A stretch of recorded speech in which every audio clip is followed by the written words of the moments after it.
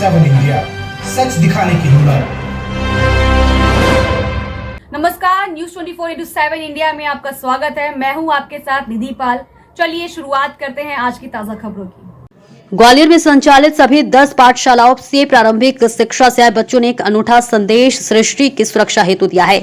लगभग 120 बच्चे 8 समूह में जल संरक्षण, भू संरक्षण, वन संरक्षण, बीज संरक्षण, ग्रीन हाउस प्रभाव, अम्लीय वर्षा, स्टोन कैंसर इत्यादि शीर्षकों पर कार्य कर रहे थे। आने वाले भविष्य की चिंताएं और उनके निदानात्मक उपाय इन बच्चों के चित्रों में छिपे हुए हैं। लगभग 1 घंटे के सामूहिक प्रयासों के द्वारा प्रत्येक समूह ने अपनी भावनाओं को चित्रों में अभिव्यक्त कर वर्तमान पीढ़ी को एक सशक्त संदेश दिया। सभी घरों में प्रत्येक मौसम में फल खाकर उसके बीज को अनुपयोगी मानकर फेंक दिया जाता है। समूह मोनी बाबा आश्रम ने बीजों के संरक्षण और बपन के माध्यम से छोटे छोटे प्रयास करके किस प्रकार इस धरा को हरा भरा तथा ऑक्सीजन से भरपूर किया जा सकता है, इस पर एक अनुकरणीय संदेश प्रस्तुत किया गया। एक अन्य समूह ने वाहनों और कारखानों से निकली विषैली गैसों से वायु के प्रदूषित होने तथा शारीरिक और मानसिक बीमारियों की उत्पत्ति का मूल कारण बताया। बच्चों ने आगे किया कि सल्फर डाइऑक्साइड, कार्बन मोनोऑक्साइड तथा कार्बन डाइऑक्साइड इत्यादि गैसें, अम्लीय वर्षा, ग्रीन हाउस प्रभाव तथा स्टोन कैंसर के माध्यम से इस अनुपम ग्रह को विनाश की ओर ले जा रहे हैं। कार्यक्रम की अध्यक्षता सेवार्थ जन कल्याण समिति की संरक्षिका का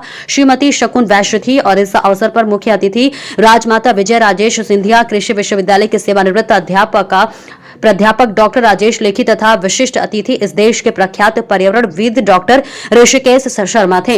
अतिथियों ने सामवेद स्वर में आह्वान किया कि हम सभी बच्चों के द्वारा दिए गए संदेश के प्रति सजग हो और इस दिशा में तत्काल कदम उठाना आवश्यक है, अन्यथा मनुष्य के जीवन के लिए सुरक्षित यह ग्रह पृथ्वी कल हमारे लिए विनाश का स्थान बन सकती है। इस अवसर पर बच्चों को शैक्षणिक सामग्री देकर प्रथम, द्वितीय, तृतीय एवं चतुर्थ स्थान पर आने वाले बच्चों को प्रस्तुत किया गया और शेष बच्चों के द्वारा किए गए प्रयासों के बीच रहने की जो है वस्तुतः स्थान महत्वपूर्ण नहीं है। बच्चों के द्वारा किए गए प्रयास महत्वपूर्ण है। हमें उनके मस्तिष्क में बैठे हुए विवेकशीलता को जागृत करना है ताकि वे पर्यावरण के प्रति संवेदनशील हो। चयनित कुमारी कृष्ण गुर्जर शिक्षा का पाठशाला समूह तथा युवा पत्रकार धर्मेंद्र सिंह गुर्जर तथा दिनेश दांत्रे को भी उनके विशिष्ट सेवाओं के लिए सम्मानित किया गया। इस अवसर पर पाठशाला समूह के अध्यक्ष ओपी दीक्षित, शिवानंद जी महाराज, सचिव मनोज पांडे, कार्यकारी सदस्य राकेश श्रीवास्तव, धर्मेंद्र सिंह गुर्जर, समाज सेविका डॉक्टर मनुस्मृति पुरोहित इत्यादि भी उपस्थित थे। दिनेश दांत्रे की खास रिपोर्ट देखिए। कहते हैं कि नहीं कहते? ये नहीं करना है क्योंकि एक बार तो प्लास्टिक तो रिसाइकल हो जाती है, जो पन्नी होती है ना वो रिसाइकल नहीं होती। और मैं हाल ही में हुआ एक किस्सा आपको बताना चाहती हूँ जिससे कल मेरा मन बहुत खराब हुआ था। एक कुत्ता था, आपने गायों को तो देखा ही होगा, मेरे सामने कई गायों ने पॉलिथीन खाई। मुझे बहुत कष्ट होता था कि अब मैं क्या करूं। मैं तो हूं तो इंसानों की डॉक्टर, लेकिन उनके लिए करने वाला कौन। कल मैंने फिर एक ऐसे ही दृश्य देखा। मैं अपने किसी काम से गई हुई, मैंने बाहर देखा, सुनने में थोड़ा अजीब लगी लेकिन बताना बहुत जरूरी है कि उस कुत्ते को भूख से उसने कुछ उल्टा सीधा खाया होगा, पॉलिथीन खाई होगी और उसको उल्टी हो गई और वो इतना भूखा था कि वापस अपने उगले हुए को खाने के लिए तैयार था। आप सोचो कितना क्राइसिस है लोगों के पास। और आज जो हमें मिल रहा है उसकी कदर नहीं कर रहे। हम कचरा फैलाते घूम रहे हैं, हम वाहनों का प्रदूषण, सब अपनी अपनी गाड़ियों से जाना चाहते हैं, कोई कूलिंग नहीं करना चाहता, पेट्रोल खर्च हो रहा है, एसी में बैठना चाहते हैं। लौट के धरती पे आना पड़ेगा, लौट के धरती को बचाना पड़ेगा। जो हम यहाँ से ले रहे हैं हमें यहीं के यहीं वापस करना पड़ेगा। ये बात हमें कोविड में बहुत अच्छे से समझ में आ गई और मैं चाहती हूँ कि हम भूले ना, क्योंकि वो प्रकृति का जो कहर हमारे पास उस समय आया था वो आपको यही सिखाने आया था कि वापस धरती पे आ जाओ, धरती से जुड़ जाओ, जितना हो सके नेचुरल चीजों का प्रयोग करो, केमिकल यूज मत करो। बिकॉज अल्टीमेटली आज अगर आप अपनी जनरेशन को, नेक्स्ट जनरेशन को कुछ दे के जाना चाहते हो तो यही है कि उनको ये सिखा के जाओ कि सस्टेनेबल लाइफ कैसे जीना, नेचुरल कपड़ों का प्रयोग करो। और मैं ये नहीं कह रही कि एकदम से सब कुछ बदल दो, अपनी दिनचर्या में रोज एक चीज शामिल करो जिसे महीने भर तक फॉलो करो, फिर एक नई चीज शामिल करो। और बीज संरक्षण की बात मैं इसलिए करना चाहती हूँ, मेरी नजरों में आप सब एक बीज हो। आज जैसे हम सबसे कनेक्टेड है, अगर आप इतने ही लोगों को शिक्षित करोगे, प्रशिक्षित करोगे तो ये बात कहाँ कहाँ तक चली जाएगी। मेरी बात से सहमत हो? तो मुझसे वादा करो कि कोशिश करेंगे कि पॉलिथीन का इस्तेमाल नहीं करेंगे, प्लास्टिक में खाना नहीं खाएंगे। मैं कैंसर हॉस्पिटल में यहाँ काम कर चुकी हूँ, मैंने ओटी में कैंसर के मरीजों को देखा है। सिर्फ मुंह के कैंसर नहीं, जनरल बॉडी में जितने कैंसर होते हैं वो महामारी है, वो विकराल रूप रख रही है। मैं इसके लिए भी काम करती हूँ, कैसे आप कैंसर से बच सकते हो। करना सिर्फ इतना है कि हमें प्राथमिक उपचार पता होना चाहिए, वक्त पे उसको समझना आना चाहिए और उसके लिए क्या नहीं करना है, अपनी दिनचर्या में क्या क्या शामिल करना है वो जानकारी चाहिए। उसके साथ साथ मैं एक अनाउंसमेंट और भी करना चाहती हूँ कि कभी आप लोगों ने समर कैंप किया है, आप सबके लिए जून में जैसे ही गर्मी थोड़ी सी कम हो जाएगी, अंकल ने जैसा बताया, एक डेंटल कैंप ऑर्गेनाइज करना चाहती हूँ जिसमें मैं आपको दांतों से संबंधित, तंबाकू से संबंधित जानकारी प्रेजेंटेशन मेरा कि जो मैं जानती हूँ मैं दूसरों के सामने उसको रिप्रेजेंट कर पाऊँ, तो वो स्किल्स वहाँ पे मेरी डेवलप हुई। और साथ में ही मैं जो है सेल्फ इंट्रोस्पेक्शन कर पाई, मतलब अपनी गलतियों को पहचान पाई। जब मैं आप लोगों को पढ़ा रही उस टाइम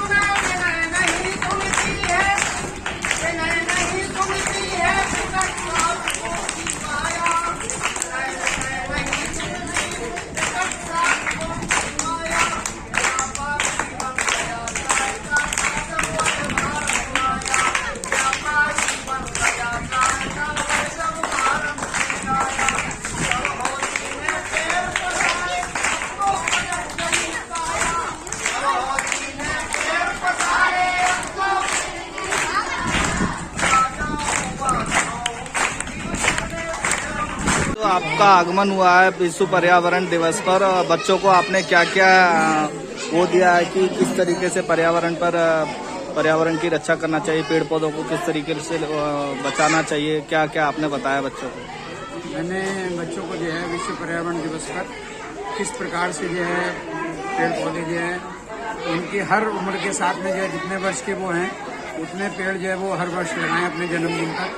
और नए युग में जो है एसी से पेट्रोल जो है आपकी जो है कितनी जो है कार्बन डाइऑक्साइड जो है 8 घंटे प्रतिदिन चलने पर जो है वो कितनी कार्बन डाइऑक्साइड छोड़ता है जो है, उसके लिए हमको जो है कितने पेड़ जो है लगाने पड़ेंगे। जो 1 से 2 पेड़ जो है लगाकर उनकी अपने को जो है 10 से 15 साल तक जो अपन उसकी सेवा करेंगे, तब अपन जो है उस कार्बन डाइऑक्साइड की 2 टन कार्बन डाइऑक्साइड की पूर्ति कर पाएंगे।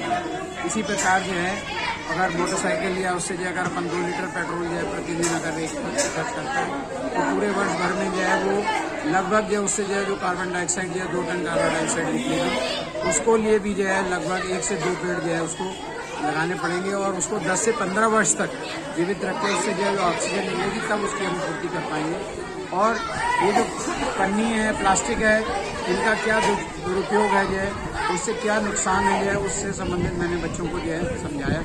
और जल संरक्षण भी जो है हमको किस प्रकार से हम जल संरक्षित कर सकते हैं, जल का कैसे सदुपयोग कर सकते हैं जो है। सिंचाई में भी जो है, कृषि में भी जो है अपन ड्रिप इरिगेशन जो है, बूंद बूंद सिंचाई और आपका जो है स्प्रिंकलर सिंचाई से जो है, बौछारी सिंचाई से जो है पानी की बचत कर सकते हैं। ये सब बातें जो है बच्चों को जो है आने वाले समय के लिए जो है किस प्रकार से हम जो है अपने पर्यावरण को जो है अपना अच्छा रख सकते हैं और अपने जीवन को जो है स्वस्थ। सर, क्या आज ही विश्व पर्यावरण दिवस के उपलक्ष्य में आज ही आपने जैसे बच्चों को बताया, क्या और भी जगह आप जागरूकता अभियान तरीके के कुछ और भी अभियान चलाते हैं पर्यावरण को बचाने के लिए? किस प्रकार के अभियान चलाते हैं? हम जो है अधिकतर जो है अभी तक जो है सब वृक्षारोपण से संबंधित जो है अभियान चलाते थे जो है, और बच्चों से भी मैं यही अनुरोध करूंगा कि वो अब जो है वृक्षारोपण के साथ साथ में आपके ये पन्नी और जल संरक्षण का भी जो है विशेष ध्यान रखें और कम से कम जो है पानी का जो है दुरुपयोग करें। जो है नहाने के लिए हमको जितनी आवश्यकता है, 1 बाल्टी की आवश्यकता है तो हम 1 बाल्टी से ही जो है उसको अपना गुजारा चलाएं। ये नहीं कि जो है शेविंग करते समय या हाथ धोते समय जो है या बर्तन मांजते समय या कुछ और कार्य करते समय जो है नल चल रहा है, पानी बह रहा है, जो है दुरुपयोग हो रहा है उसका, उसके संबंध में भी हमको जो है बच्चों को, और आज से हम अगर अपन एक बूंद पानी को जो है संरक्षित करेंगे तब आगे जाकर जो हम उसको जल संरक्षण के महत्व को समझ पाएंगे जी। और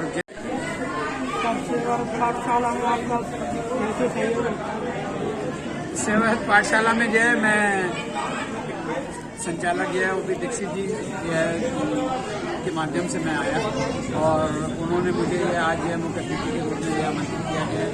मैं बहुत प्रसन्न हुआ उनके इस सेवा कार्य से जो है जो बच्चे को जो इस प्रकार की शिक्षा और इस प्रकार का आयोजन करके पर्यावरण और जल संरक्षण, अम्लीय वर्षा और पर्यावरण से संबंधित जो भी उन्होंने बच्चों से आज यह प्रतियोगिता करवाई, मुझे बहुत ही अत्यंत प्रसन्नता है कि इस प्रकार के कार्यक्रम जो है और जगहों पर भी जो है नियमित होते रहें, जिससे कि बच्चे जो है पर्यावरण से जो है जागरूक हों और अपन जो है अपना ही नहीं, भारत का ही नहीं, विश्व के लिए भी जो है अपन जो है एक उदाहरण बन सके कि भाई जो है पर्यावरण का जो है किस प्रकार से जो है हम संरक्षण कर सकते हैं।